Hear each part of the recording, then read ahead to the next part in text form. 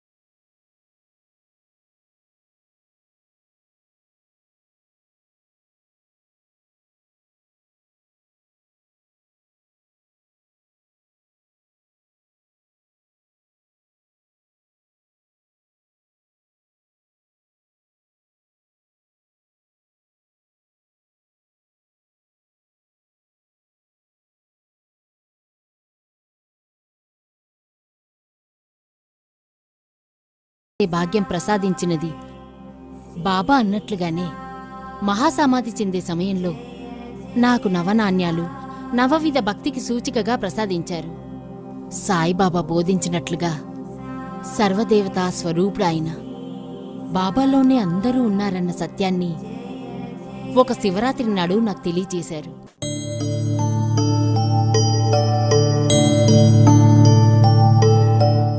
లక్ష్మి, ఏవమ్మా లక్ష్మి, ఎక్కడికెళ్తున్నావు? ఖండోబా మందిరం ఇటు కదా? నేను ఖండోబా మందిరానికి వెళ్లడం లేదు. మరెక్కడికెళ్తున్నావు? నీ చేతిలోని పూజా పళ్ళాన్ని చూసి ఖండోబా మందిరానికి అనుకున్నాము. అసలే ఈరోజు శివరాత్రి కదా. నాకు తెలిసి శివరాత్రి నాడు ఎవరైనా ఖండోబా మందిరానికి వెళ్తారు. మరి నువ్వెక్కడికో? లేదు, నేను ద్వారకామాయికి వెళ్తున్నాను.